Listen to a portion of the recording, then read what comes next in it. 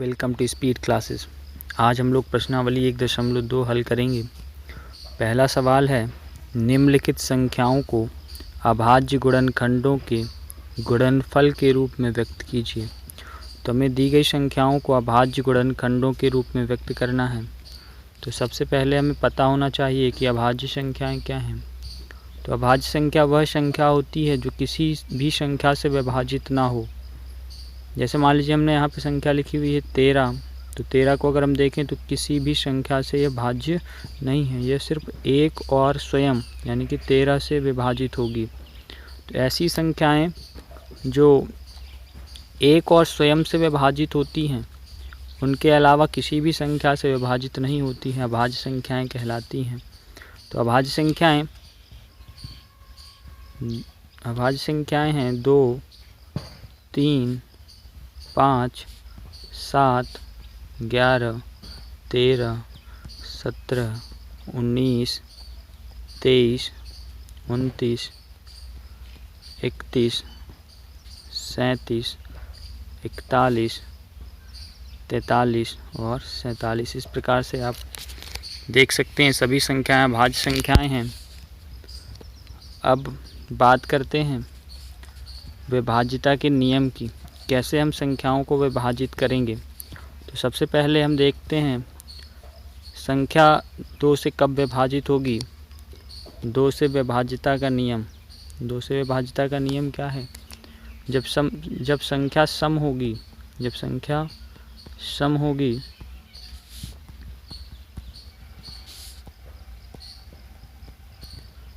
तो वह 2 से विभाज्य होगी। सम होने का अर्थ है इकाई का अंक 0, 2, 4, 6 या फिर 8 हो। अगर इकाई का अंक 0, 2, 4, 6, 8 है तो संख्या सम होगी और निश्चित रूप से वह 2 से कटेगी। जैसे कि पहला सवाल दिया हुआ 140, इसमें इकाई का अंक आपका 0 है तो ये संख्या 2 से विभाजित हो जाएगी। इसी तरह से दूसरे सवाल में भी इकाई का अंक 6 दिया हुआ है, तो ये संख्या भी 2 से विभाजित हो जाएगी। 3 से विभाज्यता का नियम क्या है? 3 से विभाज्यता का नियम है, यदि संख्या के अंकों का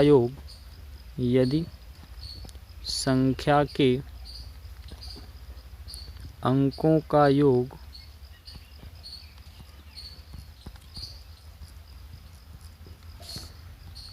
3 से विभाज्य है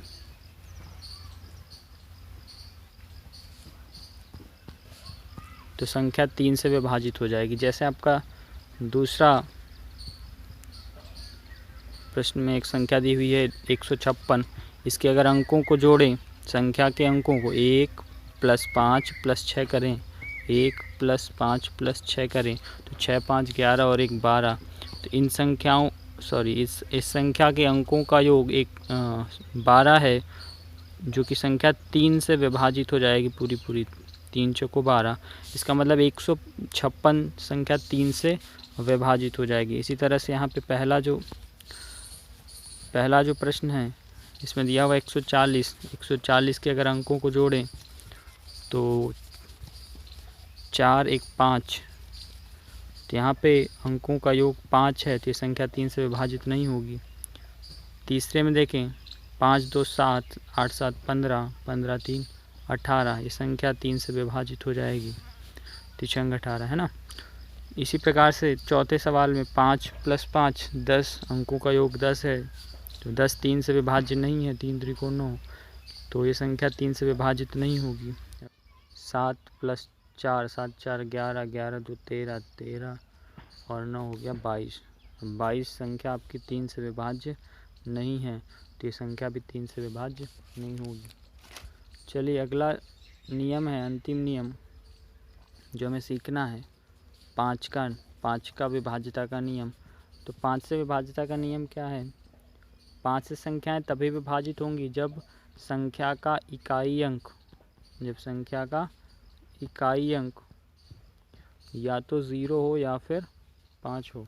जैसे पहले प्रश्न में देखें 140 दिया हुआ, 140 में इकाई का अंक 0 है तो ये संख्या निश्चित रूप से 5 से विभाजित हो जाएगी। दूसरे में इकाई का अंक 6 है तो ये संख्या तो 5 से विभाजित नहीं होगी, क्योंकि 5 से विभाजित होने के लिए संख्या के इकाई के अंक 0 या फिर 5 होना चाहिए। तीसरे में देखिए इकाई का अंक 5 दिया हुआ है, ये भी संख्या 5 से विभाजित हो जाएगी। चौथे में भी इकाई का अंक 5 दिया हुआ है, ये संख्या भी 5 से विभाजित हो जाएगी। और लास्ट संख्या का इकाई अंक 9 है, ये संख्या 5 से विभाजित नहीं होगी क्योंकि इसका इकाई का अंक 9 दिया हुआ है। चलिए देखते हैं पहला सवाल 140। 140 के हमें अभाज्य गुणनखंड ज्ञात करने, या फिर हमें अभाज्य गुणनखंडों के गुणनफल के रूप में लिखना है। तो सबसे पहले हम देखें इकाई का अंक 0। देखिए हम संख्याओं को कैसे कटाते हैं, आरोही क्रम में कटाते हैं। सबसे पहले हम छोटी संख्या से कटाएंगे, फिर बड़ी संख्या, फिर और बड़ी संख्या, इस तरह से। तो सबसे पहले हम 2 से कटाएंगे, अभाज्य संख्याओं से ही कटाना है हमें। 2, 3, 5 हमने बताया है, तो इस प्रकार से हमें क्रम से चेक करते हुए चलना है। सबसे पहले 2 से विभाजित करेंगे, फिर 3 से, फिर 5 से, फिर 7 से, इस तरह से। तो सबसे पहले हम 2 से इसको विभाजित करते हैं। 2 7 14, 2 0 0। फिर से इकाई का अंक 0 है, फिर से संख्या 2 से विभाजित हो जाएगी। 2 से कटाएंगे, 2 तिहाई 6, 1 बचेगा, यहाँ पे हम लिखेंगे तो हो जाएगा आपका 10, 2 पंचे 10। अगला अब ध्यान से देखें तो इकाई का अंक 5 है, तो संख्या 2 से तो विभाजित होगी नहीं। फिर इसके बाद हम 3 से चेक करते हैं, तो 5 और 3 8, और 3 से विभाग करेंगे तो 8 में 3 से भाग नहीं जाएगा, अर्थात संख्या 3 से विभाज्य नहीं है। अब हम क्या करेंगे, 5 से चेक करेंगे, 5 से भाग करेंगे तो भाग चला जाएगा, क्योंकि इकाई का अंक 5 है। 5 7 35। अब 7 अभाज्य संख्या है, अब हमें भाग करने की कोई आवश्यकता नहीं है। तो 140 के अभाज्य गुणनखंड अगर हम लिखें, इसके अभाज्य गुणनखंड तो क्या होंगे, 140 के अभाज्य गुणनखंड 2 × 2 × 5 और अंतिम है आपका 7। तो 140 को हम इस तरह से अभाज्य गुणनखंडों के गुणनफल के रूप में लिखेंगे। अगला प्रश्न है 156 को लिखते हैं अभाज्य गुणनखंडों के गुणनफल के रूप में। सबसे पहले देखें इकाई का अंक 6 है, तो संख्या 2 से विभाजित हो जाएगी। 2 से कटाते हैं इसको, 2 7 14, आपका बचेगा 14, 1 15, 1 शेष आएगा, तो यहाँ पे 1 लिखेंगे, 16 हो जाएगा। 2 8 16। फिर कटाते हैं इस संख्या को 2 से, क्योंकि इकाई का अंक 8 है, संख्या सम है। फिर 2 से कटाएंगे इसको, 2 तिहाई 6, 1 बचेगा, 18 हो जाएगा, 2 9 18। अब देखिए ध्यान से, संख्या 2 से नहीं कटेगी क्योंकि संख्या विषम है। तो फिर क्या करेंगे, अब आगे चेक करेंगे हम 3 से। 3 से हमने विभाज्यता का नियम बताया है कि यदि अंकों का योग 3 से विभाज्य हो तो संख्या 3 से विभाजित हो जाती है। तो यहाँ पे देखें 9 और 3 हो जाएंगे आपके 12, 3 से कट जाएगा 12। तो इस संख्या को 3 से कटाएंगे हम लोग, 3 × 3 और फिर 3 × 9। अभी 13 संख्या अभाज्य है, इसको विभाजित नहीं करना है हमें, तो हम 156 को लिखते हैं अभाज्य गुणनखंडों के गुणनफल के रूप में। सबसे पहले है आपका 2, फिर से 2, फिर इसके बाद है 3 और फिर अंतिम में है आपका 13। तो ये है आपके अभाज्य गुणनखंडों का गुणनफल रूप। इसके बाद तीसरे सवाल की बात करते हैं। तीसरे सवाल में है आपका संख्या है 3825। देखिए इसको कैसे कटाएंगे। सबसे पहले ध्यान से देखिए, इसका इकाई का अंक 5 है, संख्या सम तो है नहीं, 2 से नहीं कटेगी। तो फिर क्या करेंगे हम, इसके बाद हम 3 से चेक करेंगे। 3 से चेक करने के लिए हमें क्या करना होगा, इसके अंकों का योग निकालना होगा। अंकों का योग निकालते हैं, 8 और 3 हो जाएंगे 11, 11 और 2 13, 13 5 18। इसका मतलब संख्या 3 से विभाजित हो जाएगी। तो 3 से कटाते हैं इसको, 3 × 3, फिर 8 को कटाएंगे, 3 2 9 6, बचेगा 2, तो हम यहाँ पे लिखेंगे तो 22 बन जाएगा। 3 7 21, फिर 1 शेष बचेगा, 15 हो जाएगा, 3 5 15। फिर से एक बार अंकों का योग निकालते हैं, 7 और 5 12, 12 और 3 15। फिर से संख्या 3 से विभाजित हो जाएगी। 3 चौको 12, फिर 7 को घटाते 3 दूना 6, एक शेष बचेगा तो 15 हो जाएगा। 3 पचे 15। फिर से चेक करते हैं अंकों का योग। 5 और 2 7 और 7 4 11। अब संख्या 3 से विभाजित नहीं होगी। फिर अब क्या करेंगे, 3 के बाद अगली अभाज्य संख्या है 5। 5 से चेक करें तो हमें पता है कि अंतिम यानी कि इकाई का अंक 5 है, तो संख्या 5 से अब जरूर कट जाएगी। तो कटाते हैं इसको। 5 8 40, शेष बचेगा 2। यहाँ पे लिखेंगे बनेगा 25। 5 5 25। फिर से इकाई का अंक 5 है तो संख्या 5 से कट जाएगी। फिर से 5 से कटाते हैं। 5 इकन्नम 5, बचेगा 3 तो बनेगा 35। तो 5 7 35। 17 आपकी अभाज्य संख्या है। अब आगे कटाने की कोई आवश्यकता नहीं है। देखिए कैसे लिखेंगे। 38 तो 25 को हम लिखेंगे गुणनफल के रूप में। तो 3 गुणे 3 गुणे 5 गुणे 5 गुणे 17। तो इस तरह से आप लिख सकते हैं। अगला सवाल है 5005। देखिए 5005 को कैसे लिखेंगे।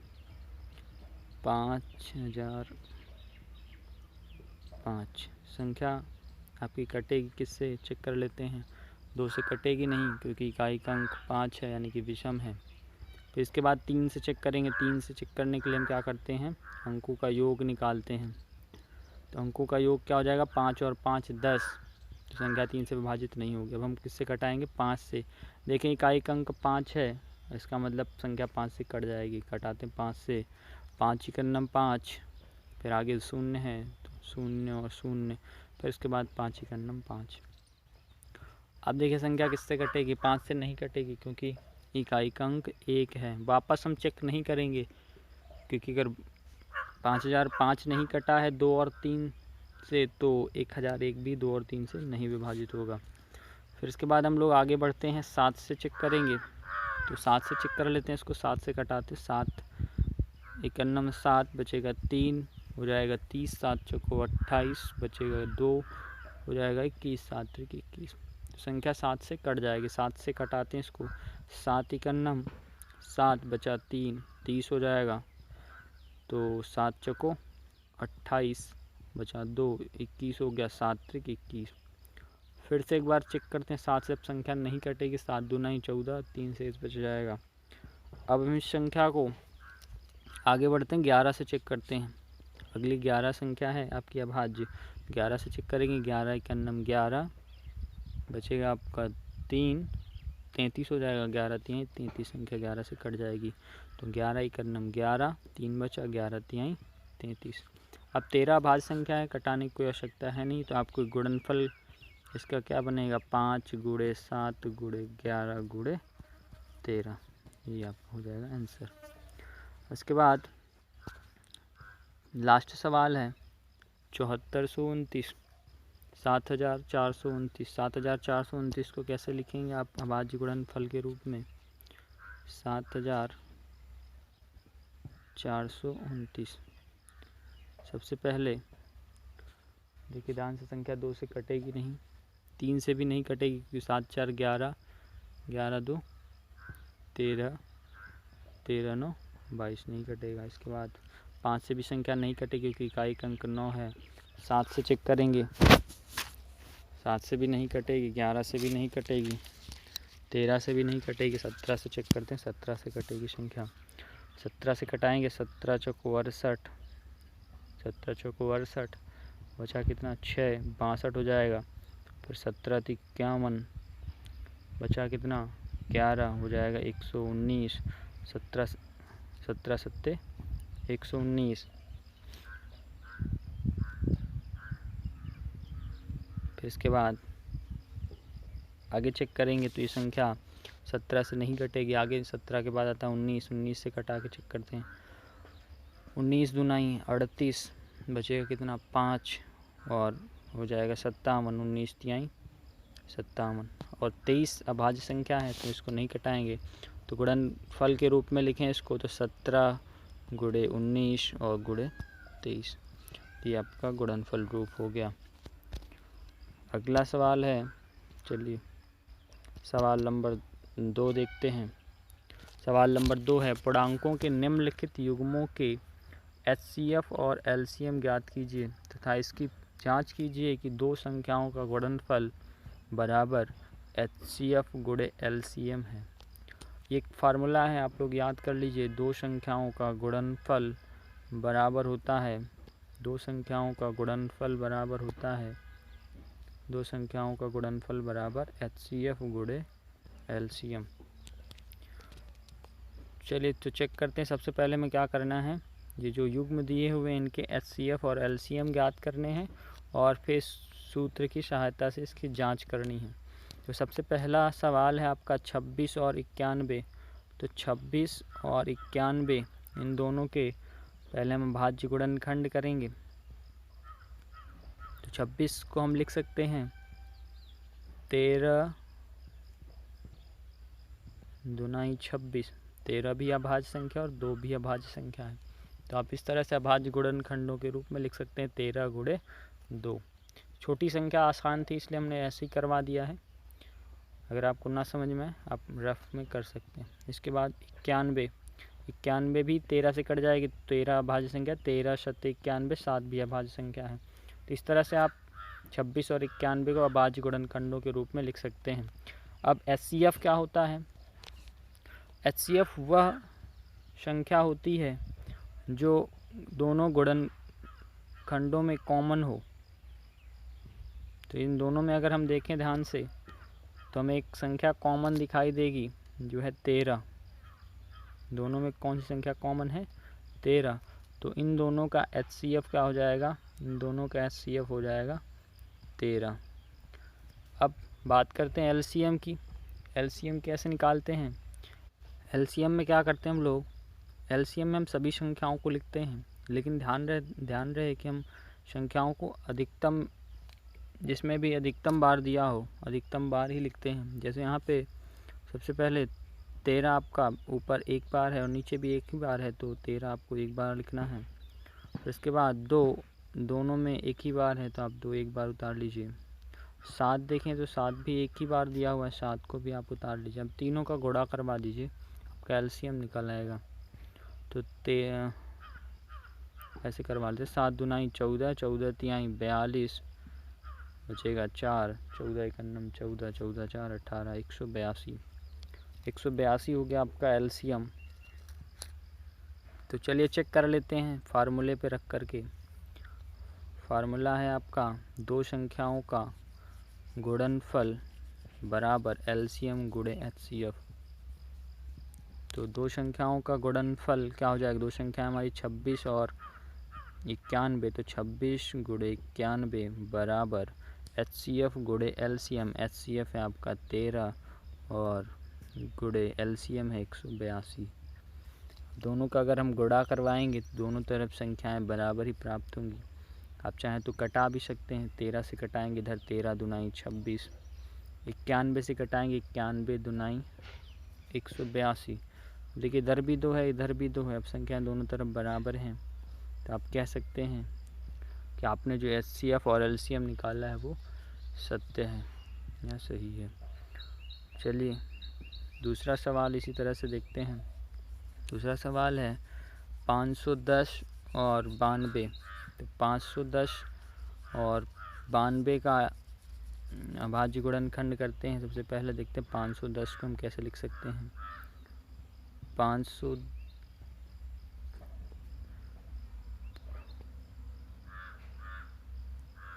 510 को कटाएंगे किससे? 2 से कटाते हैं।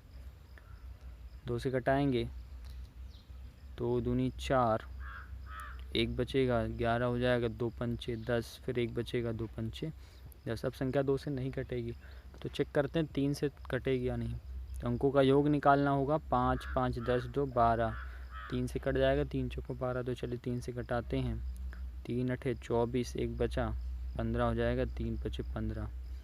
अब फिर से चेक करते हैं अंकों का योग। 8 5 13। अब संख्या 3 से नहीं कटेगी, अब 5 से कटाते हैं। 5 से कटाएंगे क्योंकि इकाई का अंक 5 है, 5 संख्या कट जाएगी। 5 एकन्नम 5, बचेगा 3, हो जाएगा संख्या 35, 5 सते 35। तो 510 को हम लिख सकते हैं 2 गुणे 3 गुणे 5 गुणे 17। अब इसके बाद 92 को निकालते हैं भाज्य गुणनखंड 92 के। 2 से कटाएंगे सबसे पहले, क्योंकि इकाई का अंक 2 यानी कि सम है। 2 चौको 8, 1 बचेगा आपका 12 हो जाएगा। 2 छाँ का 12। फिर 2 से कटाते हैं, सम संख्या है 2 दूनी 4, फिर 2 तिहाई 6। अब संख्या नहीं कटेगी, तो 92 को हम लिख सकते हैं 2 गुणे 2 गुणे 23। चलिए अब हम निकालते हैं SCF। SCF हमने बताया था, SCF क्या होता है, जो दोनों में कॉमन हो। तो दोनों में कॉमन गुणनखंड अगर हम देखें तो एक ही है आपका, क्या है आपका 2। तो ये हो जाएगा आपका SCF। और कोई संख्या आपकी कॉमन नहीं है, तो SCF हो गया आपका 2। अब इसके बाद हम निकालते हैं LCM। LCM कैसे निकालेंगे, आपको सभी संख्याएं लिखनी है, लेकिन आपको मैक्सिमम टाइम लिखना है। तो सबसे पहले अगर हम 2 देखें तो 2 आपका अधिकतम 2 बार आया है, यहाँ पे 2 बार आया है, तो हम 2 बार लिखेंगे 2। जिसमें भी ज़्यादा बार दिया हो, यहाँ पे 2 एक ही बार दिया हुआ है, तो हम एक बार नहीं लिखेंगे, जहाँ पे ज़्यादा बार दिया है हम वहाँ से कॉपी करेंगे इसको। तो 2 गुणे 2। फिर इसके बाद 3 आपका एक ही बार है, तो 3 उतारेंगे। फिर 5 एक बार है, 5 उतारेंगे। फिर इसके बाद आपका 17 है, और फिर इसके बाद 23 है। तो इन सब का गुणा कर लेंगे तो आपका LCM मिल जाएगा।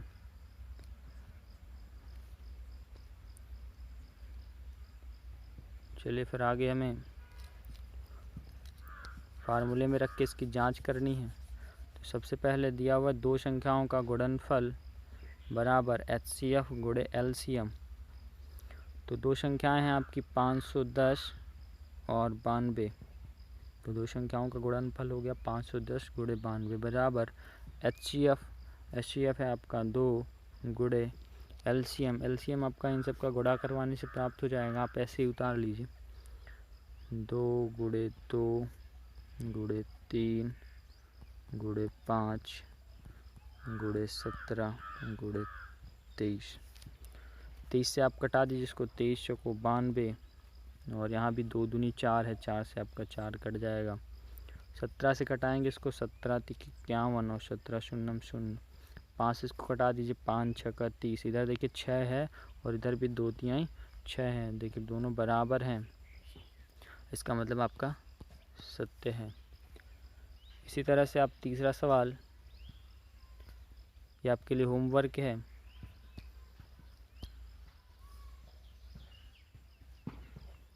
आगे अब देखते हैं तीसरा सवाल क्या है। अभाज्य गुणनखंड विधि द्वारा निम्नलिखित पूर्णांकों के HCF और LCM ज्ञात कीजिए।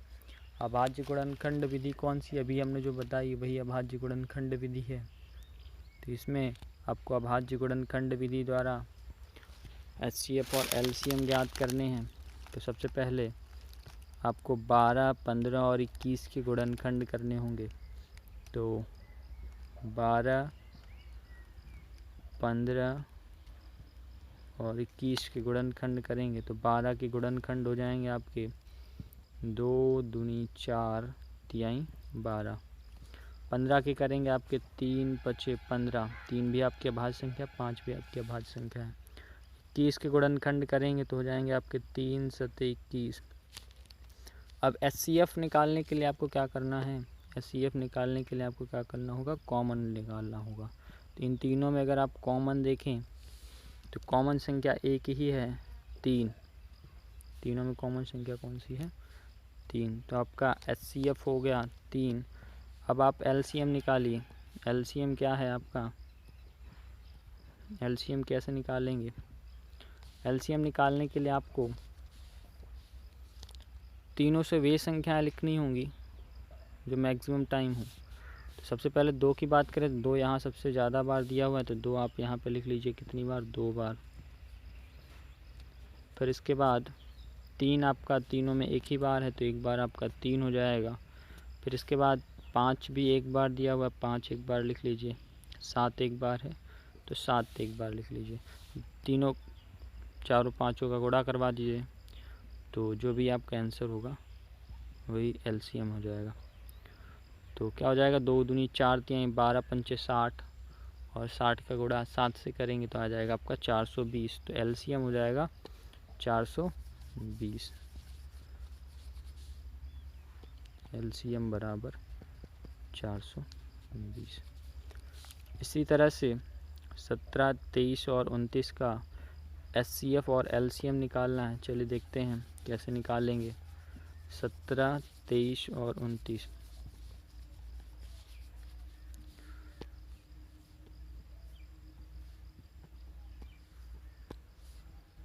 17,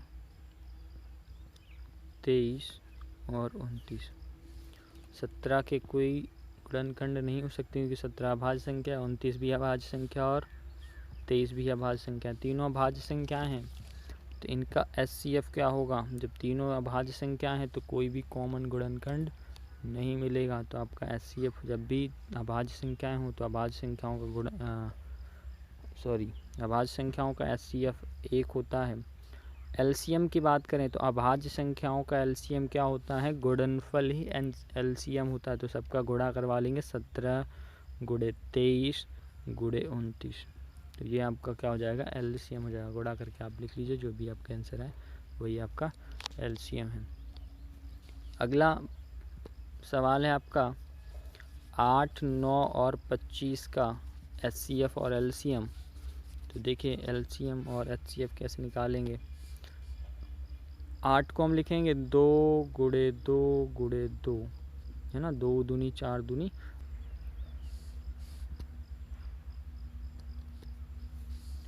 9 को आप लिख सकते हैं 3 गुणे 3। 25 के अभाज्य गुणनखंड हो जाएंगे 5 गुणे 5। अब एलसीएम और एचसीएफ कैसे निकालेंगे। एलसीएम क्या, पहले एचसीएफ निकाल लेते हैं। एचसीएफ क्या हो जाएगा, एचसीएफ हमने बताया था कॉमन होता है। तो एचसीएफ यानी कॉमन इन तीनों में क्या है कोई संख्या जो कॉमन है, नहीं है। इसका मतलब एचसीएफ जब कॉमन ना हो कुछ तो एचसीएफ होता है आपका 1। एलसीएम की बात कर लेते हैं। इन तीनों का एलसीएम क्या होगा। एलसीएम सभी संख्याओं को हमें लिखना होता है। तो सबसे पहले हम लोग 2 गुणे 2 गुणे 2 लिख लेते हैं। फिर इसके बाद अधिकतम 3 बार दिया हुआ है, फिर 3 आपका 2 बार दिया हुआ है, 3 आप 2 बार लिख लीजिए। 5 इसके बाद 2 बार दिया हुआ, 5 को आपने 2 बार लिख लिया। इन सब का गुणा कर लेंगे, जो भी आपको प्राप्त होगा गुणनफल वही आपका क्या हो जाएगा, एलसीएम हो जाएगा।